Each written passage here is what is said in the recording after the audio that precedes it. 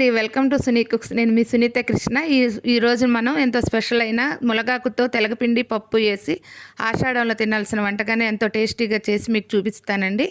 దానికి కావాల్సిన ఇంగ్రీడియంట్స్ చూసుకుందాం మనం. ఒక కప్పు, పెద్ద కప్పు ములగాకు తీసుకున్నాను. దానిలో సగం కప్పు కందిపప్పు అండి. ఒక 3 స్పూన్స్ తెలగపిండి తీసుకున్నాను. ఇది అన్ని షాపుల్లో మనకు అవైలబుల్ ఉంటుంది. ఇప్పుడు దీనికి సరిపడా ఒక ఉల్లిపాయ, చిన్న పచ్చిమిర్చి, ఎక్కువ వెల్లుల్లిపాయలు వేసుకోవాలని ఒలిసి పెట్టుకున్నాను. హాఫ్ అన్ అవర్ బిఫోర్ నేను కందిపప్పు నానబెట్టి ఉడకబెట్టుకుంటున్నానని పొయ్యి మీద పెట్టాను. దానిలో ఇప్పుడు మనం కట్ చేసుకున్న ఉల్లిపాయ, పచ్చిమిర్చి వేసేసుకుందాము.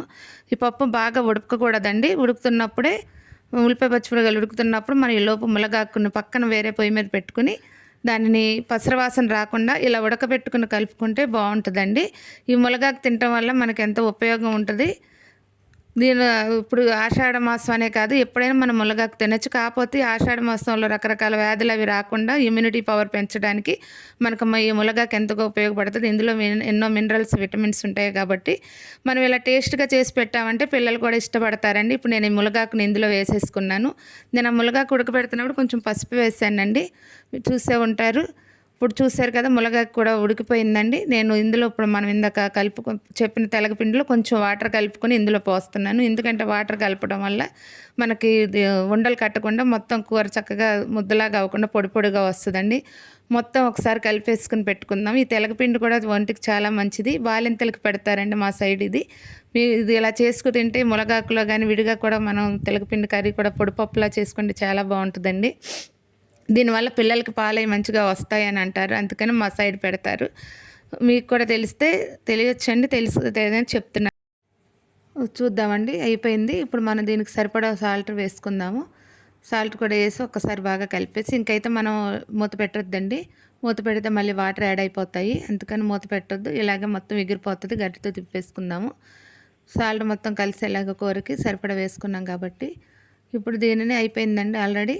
చూద్దామా, మొత్తం అయిపోయిందండి. ఎగిరిపోయిన వాటర్ మొత్తం ఇప్పుడు ఏమి లేవు. దీనిని మనం తాలింపు చేసుకుందాం. దీన్ని పక్కన పెట్టుకుని ఇప్పుడు ఒక కళాయి పెట్టేసుకుందాం. అయిపోయి వచ్చిందండి. కళాయి పెట్టుకున్నానండి. ఆయిల్ వేడెక్కింది. నేను కొంచెం ఆవాలు వేసుకున్నాను. శనగపప్పు, మినపప్పు అండి 2 వేసుకున్నాక కొంచెం మెంతులు, ఆవాలు ఎక్కువ వేసుకోక్కర్లేదండి. దీనిలో మనం ఇప్పుడు ఎండుమిరపకాయలు చిన్న చిన్న ముక్కలు చేసి పెట్టుకున్నాను. అవి కొన్ని ఎక్కువనే పడతాయండి, ఎందుకంటే కారం తక్కువ వేసుకోవాలి ఇలాంటి పొడిపప్పుల్లో. నేను వేసేసానండి. ఇందాక దంచుకుని పెట్టుకున్న వెల్లుల్లిపాయలు చూపించాను కదండి, అవి కూడా దంచి ఇందులో వేసేసుకున్నాను. కరివేపాకు కూడా వేసుకుందాము. కరివేపాకు కూడా మీరు ఎక్కువ వేసుకోండి, కంటికి మంచిది. తర్వాత దీనిలో మనం కొంచెం కారం వేసుకుందామండి. నేను ఉడకపెట్టేటప్పుడు వేసుకోవచ్చు, కానీ నాకు ఇలా ఆయిల్లో వేసి ఫ్రై చేస్తే బాగుంటుంది టేస్ట్. మీరు కూడా ఒకసారి ట్రై చేయండి. కొంచెం ఇంగు కూడా వేసుకున్నాను. ఇప్పుడు మొత్తం వేగిపోయింది. ఈ పప్పును మనం ఇందాక ప్రిపేర్ చేసుకున్న పప్పుని ఇందులో వేసేసుకుని బాగా ఆయిల్, వాటర్ అంతా ఇంకా కొంచెం ఇంకిపోయేటట్టు బాగా రోస్ట్ అయిపోవాలి. బాగా ఫ్రై అయిపోయింది కదండి. చూసారు కదా, రెడీ అయిపోయింది. ఇంత కూడా వాటర్ లేదు, చాలా పొడిగా వచ్చింది. చూసారు కదండి, ఎంతో రుచికరమైన ఆరోగ్యపరమైన ములగాకు తెలగపిండి పప్పు కర్రీ రెడీ అయిపోయింది. నా వీడియో కనుక మీకు నచ్చినట్లయితే లైక్ చేసి, షేర్ చేసి, సబ్స్క్రైబ్ చేయండి. Thank you for watching.